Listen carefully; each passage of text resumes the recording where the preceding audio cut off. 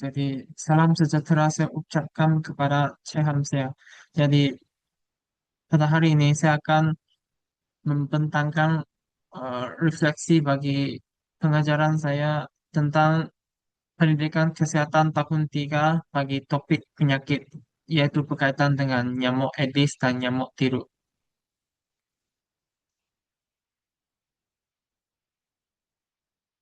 Dan ini merupakan slide pengajaran saya. Ini merupakan set induksi. Oke, jadi ini merupakan fasa perkembangan. Saya telah membahagikan murid-murid kepada 3 kumpulan untuk aktiviti yang seterusnya. Ini merupakan aktiviti pertama. Dan di sini saya telah meletakkan satu video berkaitan dengan cara mencegah nyamuk, pembiakan nyamuk. Dan ini merupakan aktiviti yang kedua, juga ini merupakan fasa kemuncak, yaitu lakonan interaktif.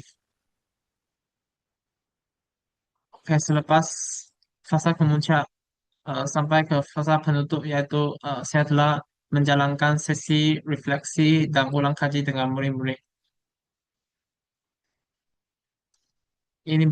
Ini merupakan kuis yang telah saya sediakan.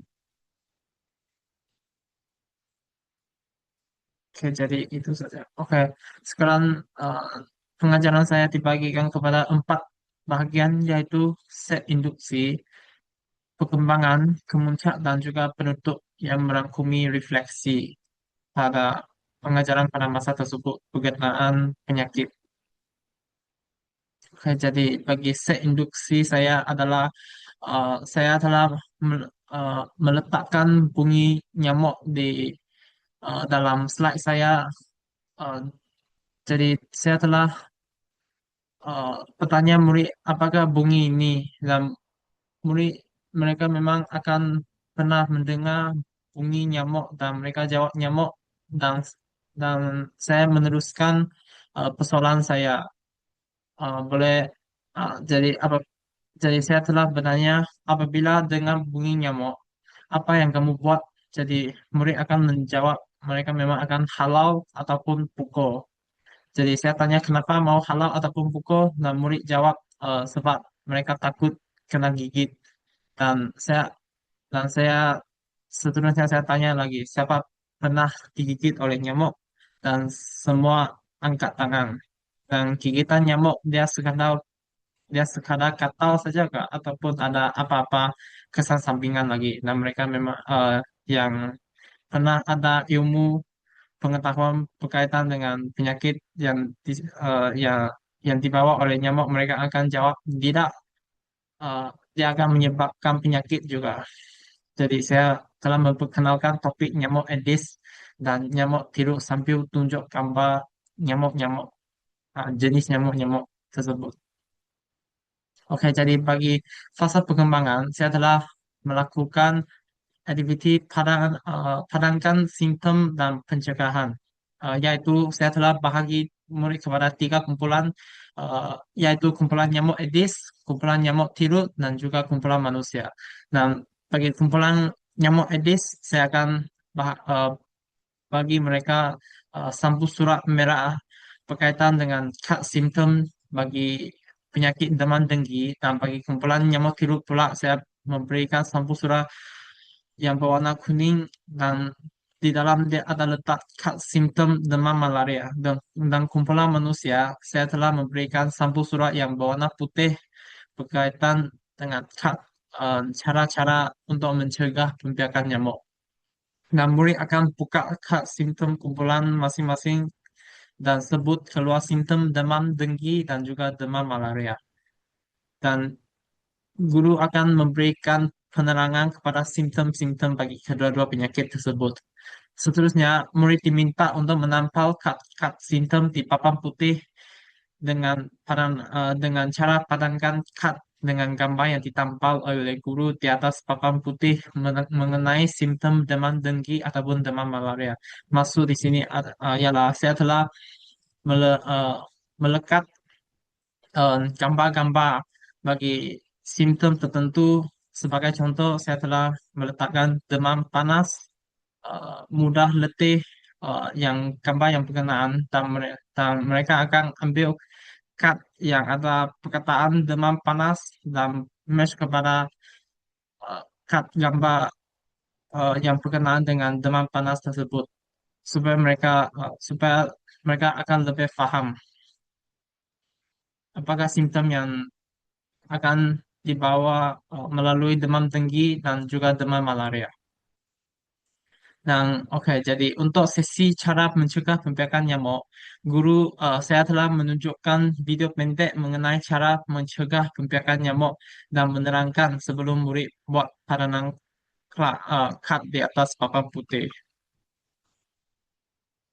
Seterusnya, bagi fasa kemuncak, saya telah menjalankan aktiviti lakonan secara bergile-gile supaya semua semua murid dapat melibatkan diri secara aktif dalam bagi sesi kemuncak ini.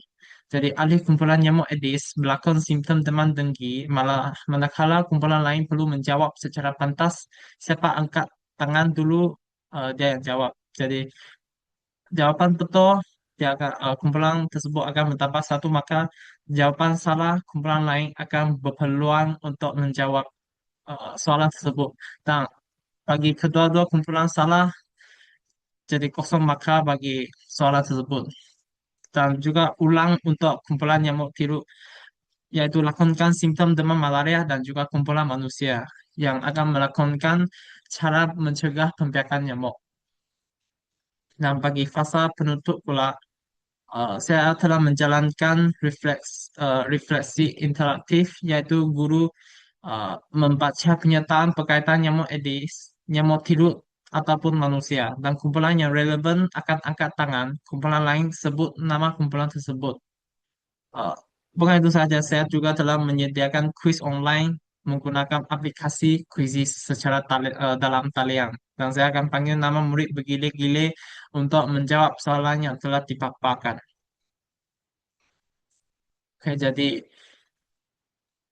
melalui pengajaran yang telah saya laksanakan, saya dapat uh, saya dapat saya dapat mencari beberapa kekuatan dalam sesi micro teaching tersebut, yaitu saya telah berjaya menunjukkan kreativiti dalam merancang dan melaksanakan aktiviti PDP yang menarik serta berpusatkan murid.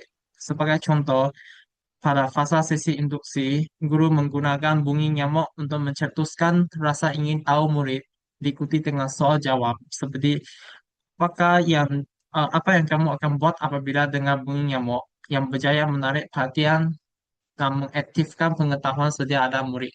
Dan selain itu, aktiviti perkembangan seperti misi padangkan kad juga sangat kesan karena murid dibagi kepada kumpulan nyamuk Aedes, nyamuk tirus, dan juga manusia, di mana mereka perlu bekerja sama untuk memadamkan kad simptom penyakit dan juga cara pencegahan pada papan putih.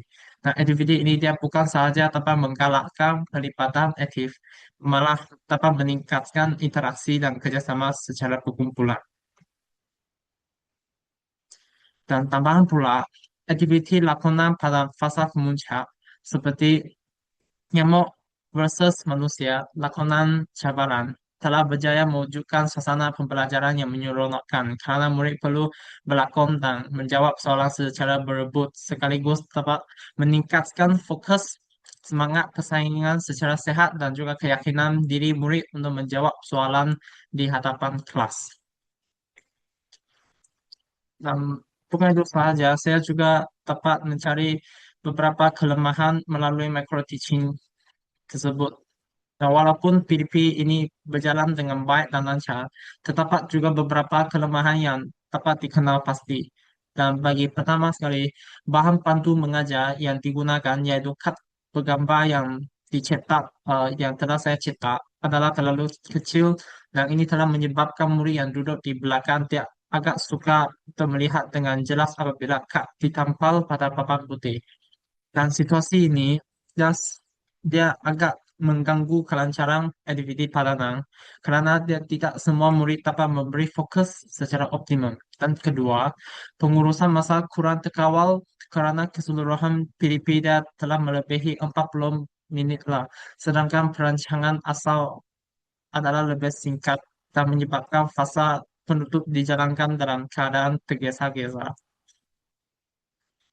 Dan selain itu, terdapat juga kelemahan dari aspek kawalan kelas semasa aktiviti berebut jawapan, di mana suasana menjadi agak bising dan ada murid yang menjawab tanpa mengangkat tangan terlebih dahulu, menyebabkan sedikit ketidakteraturan.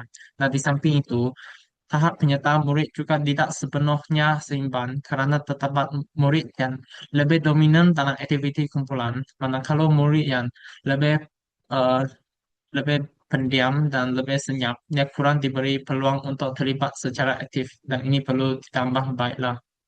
Dan bagi cadangan penambahbaikan yang telah saya fikirkan, bagi menambah baik pelaksanaan PDP pada masa akan datang, beberapa penambahbaikan boleh dilakukan. Dan pertama, saya perlu menyediakan BBM yang lebih besar, jelas, dan warna terang, seperti Cat A4 yang cut A4 secara lengkap ataupun penggunaan slide digital. Saya terus buat secara dalam bentuk slide dan boleh tayangkan di screen di tengah lah supaya semua murid dapat melihat dengan lebih mudah walaupun dari belakang kelas.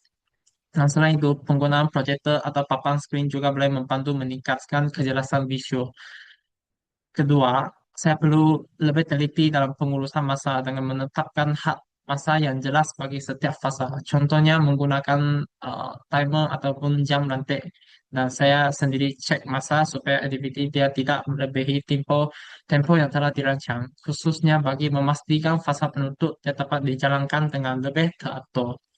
Dan seterusnya, bagi mengawal keadaan kelas semasa aktiviti berebut jawapan, guru boleh menetapkan peraturan yang lebih ketat seperti angkat tangan dahulu sebelum jawab ataupun menggunakan sistem giliran. Jadi memang kalau perlu perlu kalau perlu dia mesti cancelkan yang aktiviti berebut jawaban untuk mengelakkan kekacauan dan huru hara. Akhir sekali, bagi meningkatkan pelibatan semua murid, guru boleh guru boleh menetapkan peranan dalam kumpulan seperti ketua, pencatat, dan pembentang, supaya setiap murid dia mempunyai tanggung jawab masing-masing dan tidak hanya bergantung kepada murid yang aktif saja. Jadi di sini saja pembentangan refleksi saya pada kali ini. Jadi sekian, terima kasih.